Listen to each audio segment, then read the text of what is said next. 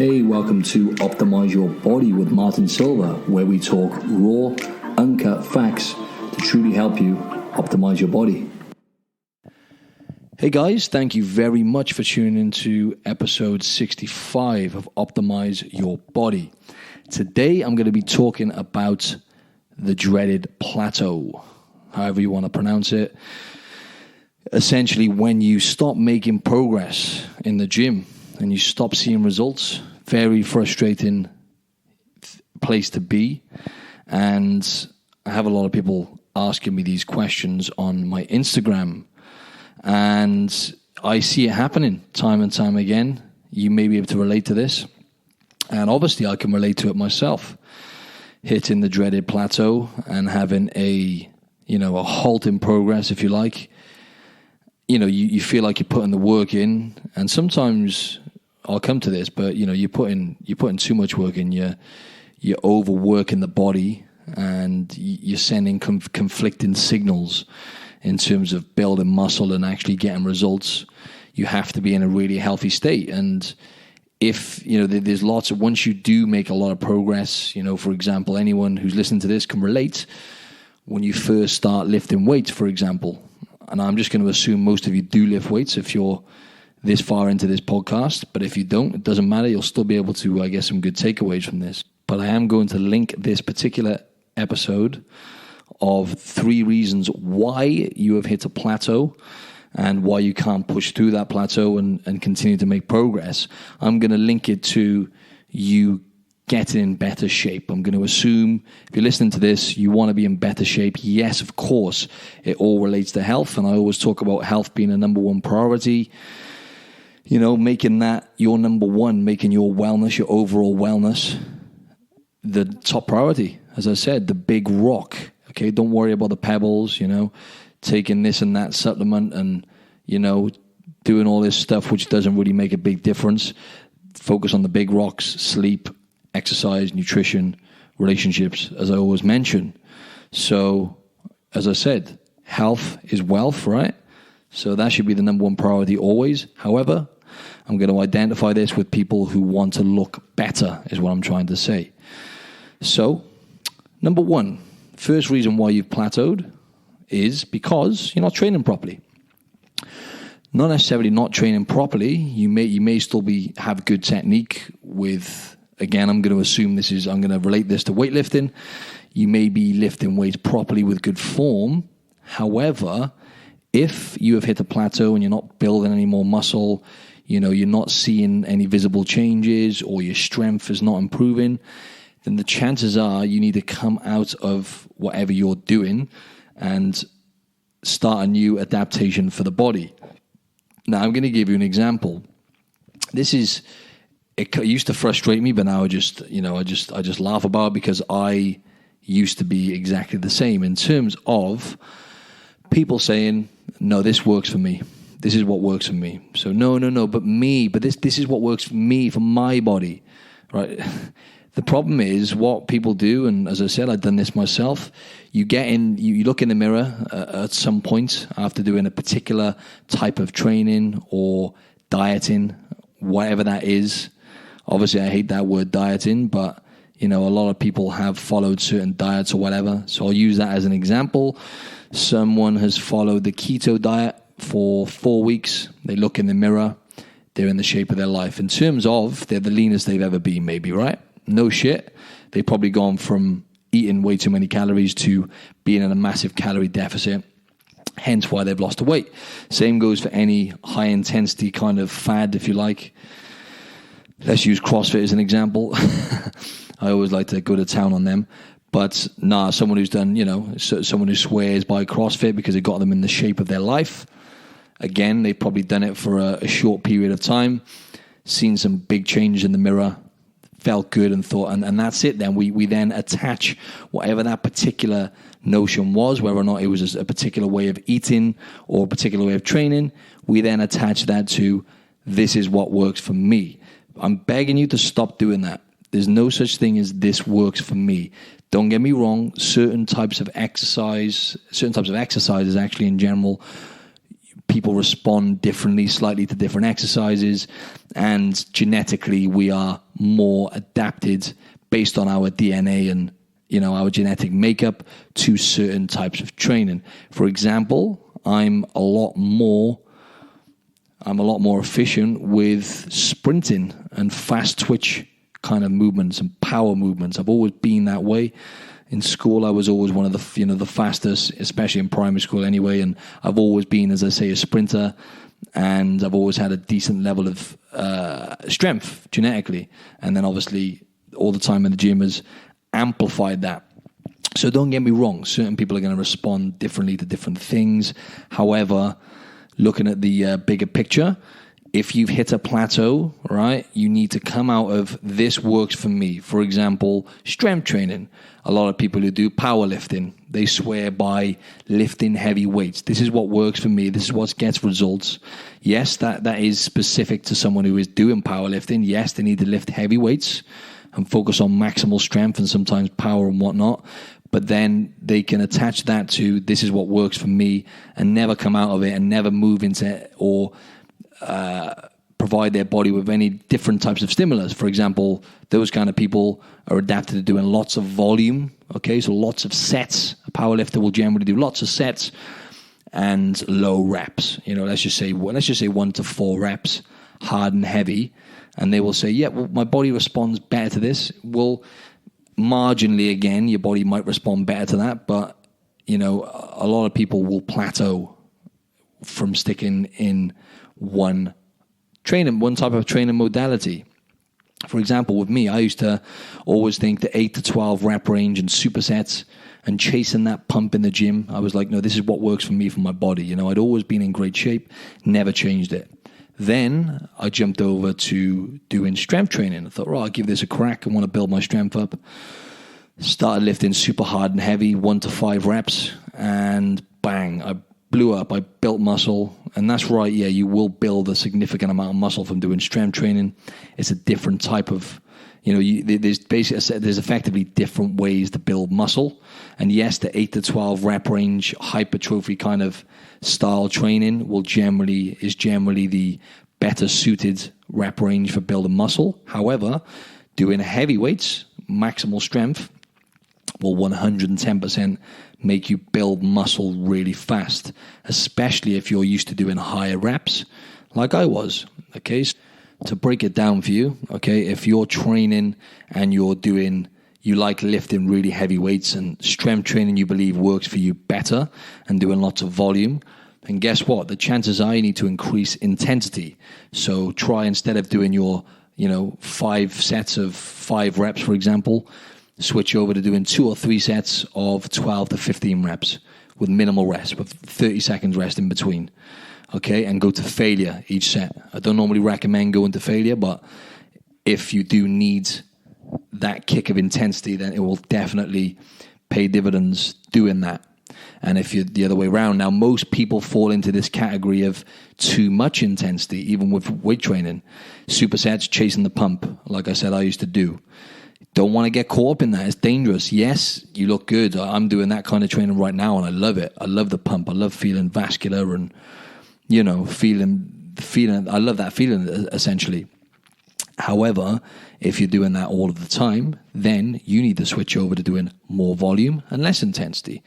So, the 1 to 8 rep range, if you like, hard and heavy, multiple sets. Is pretty straightforward in that sense, really. So trust me on this now. If there's anything you can take away from this point of not training properly, it is whatever you are not doing, right, is what you need to be doing more of. For example, I'm going to give you another wild example here. Mobility stretching. Every single person I have trained out of the over 1,000 people in my 12 years of PTing people, not one of them was perfectly balanced. Every single one of them had to do some form of mobility. Every single one. Granted, some more than others, okay? But that is something everyone needs to be doing. You can never, ever do enough mobility, okay? You just can't do enough. So, you can go over to my YouTube channel and check out some of my mobility stuff over there. Just type in Martin Silva Fitness on YouTube. And also, in terms of the type of training you're doing, most people do split routine training. Now, you always hear me preaching about training the full body.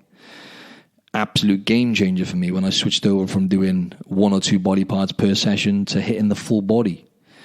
So, you can go over to my website anyway, which is martinsilva.co.uk, martin-silva.co.uk, and you can just go over there and get a free training program anyway. The one on there is a split routine program, but it uses the same concepts of the full body.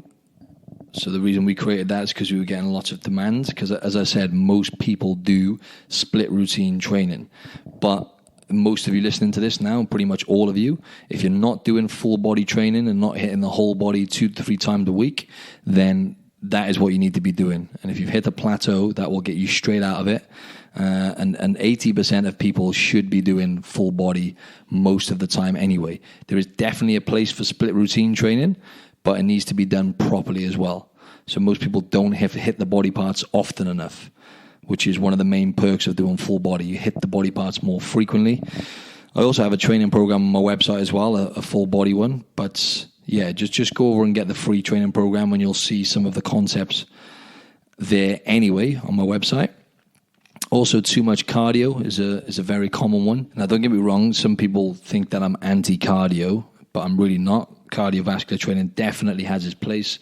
Very important for overall health, as well as fitness, obviously, and several other factors. However, you need to make your mind up as to what goals you're trying to achieve. If you're trying to build an aesthetically pleasing physique, if you like, then your main focus should be building muscle, okay? So if you're doing little bits of cardio on the side, that's totally fine.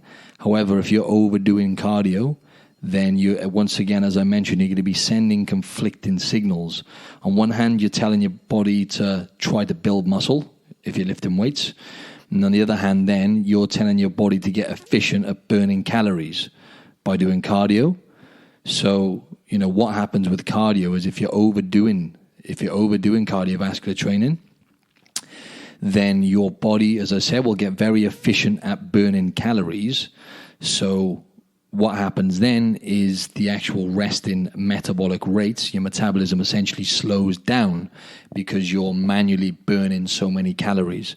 So weight training does the opposite. Weight training boosts your metabolism because, as I've mentioned before, to keep muscle on your body is expensive. Muscle tissue is expensive. It costs your body a lot of calories. So don't overdo cardio. I would recommend sticking to low intensity cardio. I know another thing with cardiovascular type training is people love the high intensity stuff. And it's not something you really want to be doing. It's not something I'd recommend to hardly anyone. HIIT training is something I'll get people to do towards much, much later down the line. It's a tool you use when you have got insane results from eating right and lifting weights. I mean, it's great because it makes you feel good. And if you're an athlete, obviously there's always the minority that should be doing HIIT, using that as a tool, HIIT training, high intensity training. But remember, focus on one goal and smash it, right? So if you want to look good and you've hit a plateau with, I don't know, whether you're holding stubborn body fat or certain areas you're struggling to build up, train properly. Stop doing what you think works for you and try the other thing, as I went through earlier, okay? Moving on to number 2 is nutrition. So very simple, really. You're either under-eating or you're overeating, essentially. So a lot of people do actually undereat. You'd be surprised how many people don't feed the body enough. So once again, they're training pretty hard, lifting weights regular, and they are not actually nourishing the body. So obviously what you put into your body is number one. So, a lot of people are not actually nourishing their body enough on a regular basis to put your body in that optimal state of health. However, most people are actually underfeeding the body calories and nutrients. So it could be a combination of the two. They're not putting enough nutrients in the body. Fat is a common one. A lot of people don't eat enough of a variety of fats, like healthy fats found in such, avocado, olive oil, nuts, those kind of things. And a lot of people don't actually eat adequate amounts of animal proteins as well, like egg yolks and, red meat. A lot of people are scared of eating too many of those things. But the bottom line is you're undernourishing the body, because saturated fats are very, very important for hormone production, amongst a lot of other things, as I've mentioned in previous podcasts and time again on my Instagram. So yeah, if you're underfeeding, if you're just kind of not eating a great deal, and you're not because to actually build your metabolism up and lose body fat long term, you have to go through certain phases where you're feeding your body enough food, enough nutrients. So you whenever you're hungry, you're eating whole foods for the most part, and you're not going against those hunger signals. If your goal is to build muscle, when you're hungry, you need to eat. So doing too much cardio, not eating enough, or just doing too much training in general and underfeeding the body will actually slow your metabolism down. Your body's not going to be in a position where it's going to be building muscle, at all, if any at all. So pay attention to that one. Overeating, obviously, some people want to get leaner and lose body fat and whatnot. And then, it's quite simple, really. If they're not achieving that goal, it's not because, they went out on the weekend and had a pizza and a few drinks. It's not because, they have been eating the wrong kinds of foods every now and then. It's because they're not in a calorie deficit. So essentially their body is, they're eating more calories than what their body is burning. So if you plateaued in a sense where you can't shift body fat, you have stubborn body fat, or, you're not losing body fat, the chances are you're not in a calorie deficit, so you're overeating. Now, this is why I always say a great tool to use is the tracking devices you can get on the tracking apps you can get on phones to track your calorie intake. As I always mentioned, MyFitnessPal is the one I use and the one I get my clients to use.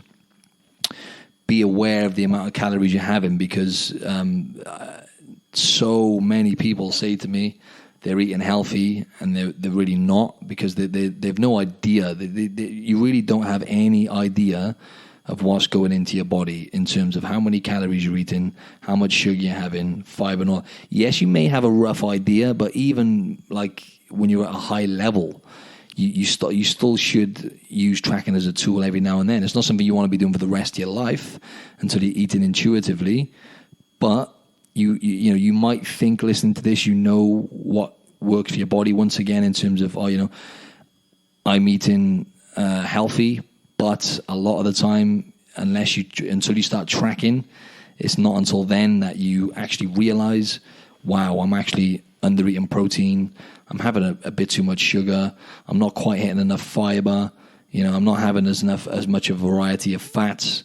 So, if you've plateaued, the chances are you could, and it's easy when you're having snacks and stuff like that, and sometimes we just eat without really being aware of it when we're snacking, but, you can have like a handful of nuts, a little bit of yogurt, which, you just don't really consider as part of because you've had your meals and whatever, and these habits we form, and it's only until you start tracking that you're like, wow, okay, so that handful of nuts, that little bit of dark chocolate, and that yogurt I had came up to an extra 500 calories. Add that up over a week, that's 3,500 calories. 3,500 calories equals exactly a pound of fat. So I think that's right. Yeah, it is. But so that gives you an example. Awareness is always the first step with anything in life, especially with nutrition and calorie control. So if you're not tracking and you've hit a plateau and you feel like you can't shift body fat, or you're gaining weight, or you feel like you're not getting leaner and whatnot, start tracking. Get the app and take that step. And another one, obviously, is not drinking enough water. That's a very common one.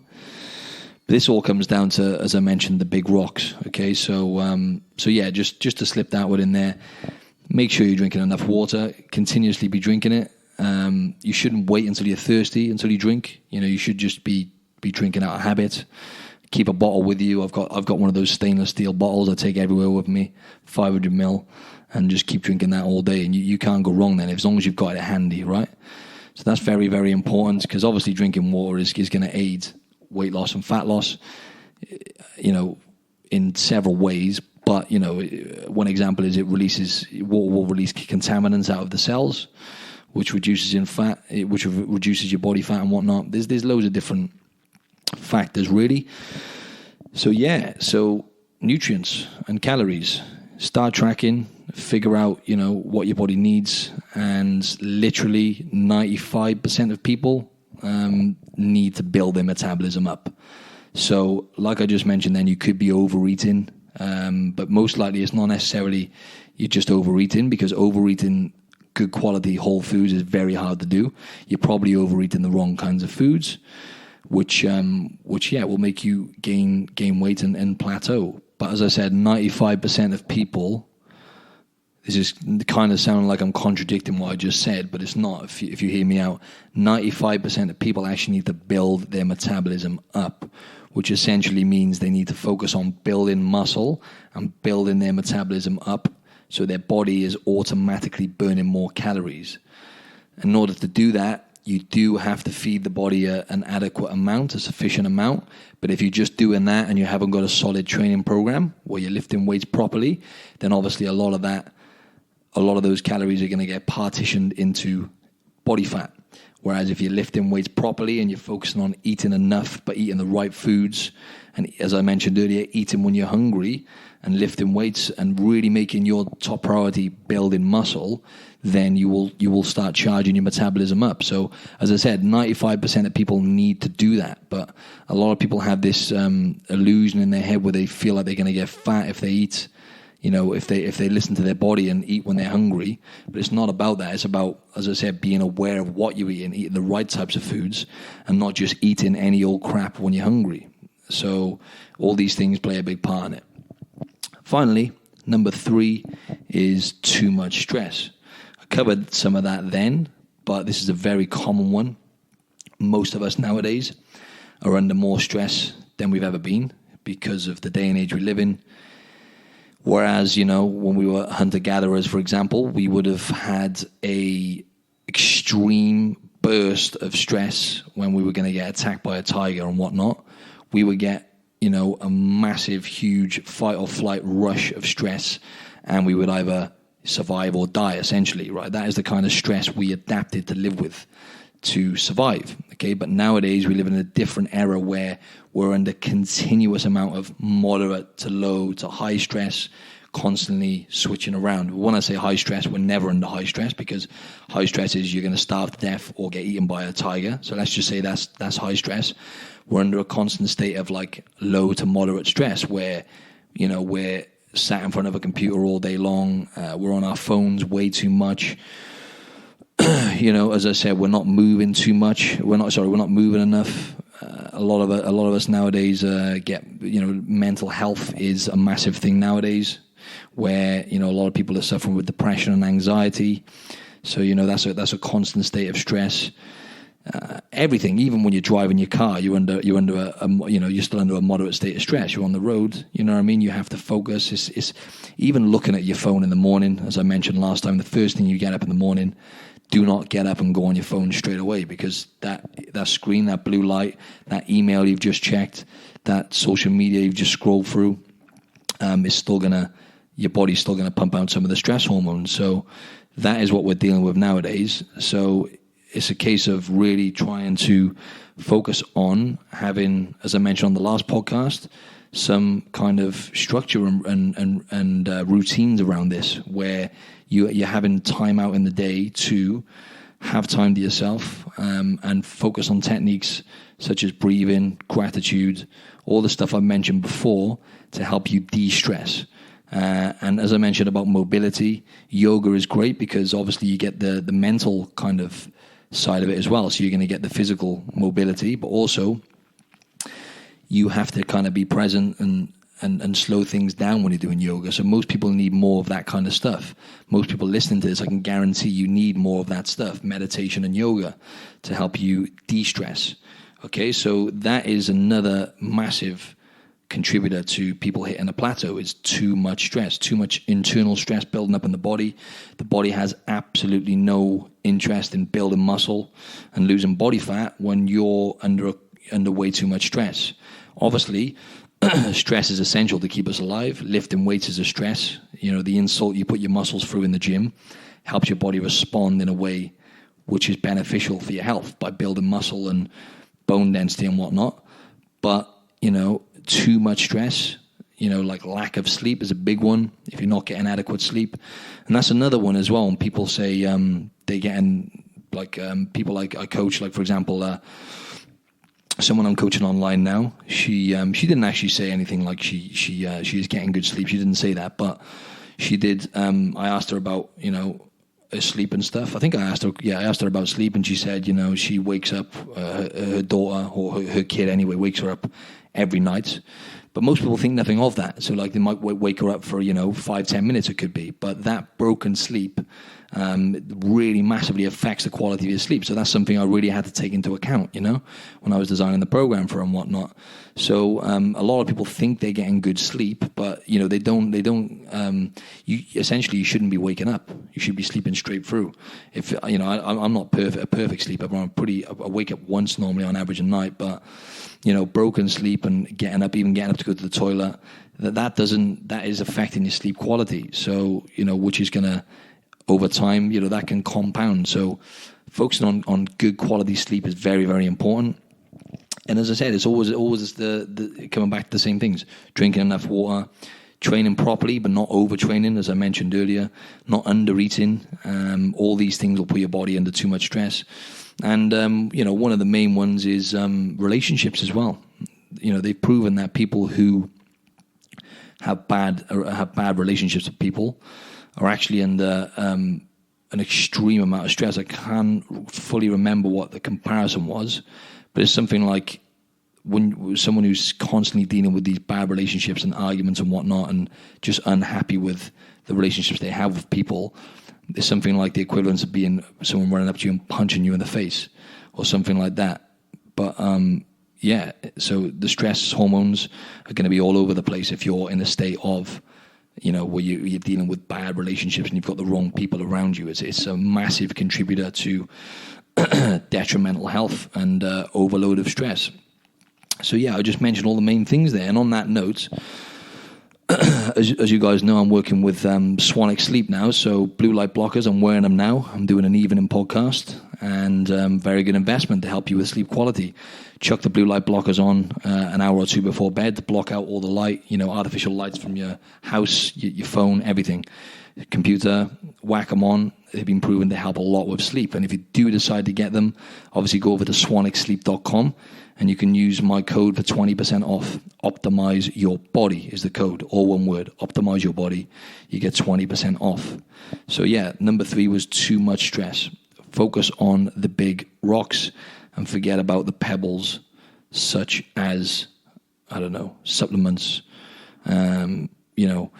taking multivitamins. Like those little pebbles, just kick them out the way and focus on the big rocks: sleep, relationships, nutrition, and exercise. And with that, I'll see you next time. Thanks for tuning in.